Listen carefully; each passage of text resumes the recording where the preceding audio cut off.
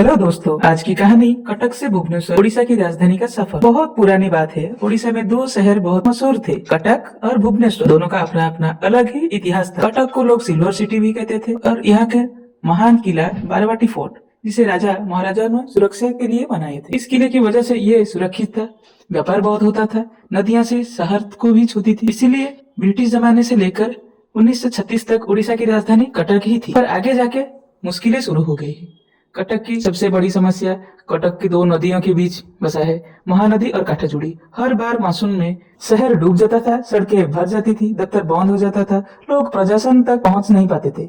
धीरे धीरे ब्रिटिश और उड़ीसा सरकार को समझ आया, राजधानी को एक ऊंचा, सूखा और प्लेन शहर बनाना पड़ेगा। फिर सरकार को भुवनेश्वर के बारे में सोच में आया। भुवनेश्वर को लोग प्राचीन समय से टेम्पल सिटी कहते थे, क्योंकि यहाँ लिंगराज मंदिर, मुक्तेश्वर, राजधानी जैसे हजारों वर्ष पुराने मंदिर थे। और सबसे जरूरी बात, ये ऊंचा जमीन पर था, बारिश का पानी यहाँ जमा नहीं होता था। सफारी और प्लानिंग के लिए जगह भी बहुत बहुत खुश थी। नए रोड, ऑफिस, असेंबली सब बन सकते थे। इसीलिए भुवनेश्वर को एक नई मॉडर्न राजधानी बनाने का प्लान बनाया गया। 1946 में वर्ल्ड फेमस आर्किटेक्ट ओटो कोइनर्सबर्ग को बुलाया गया।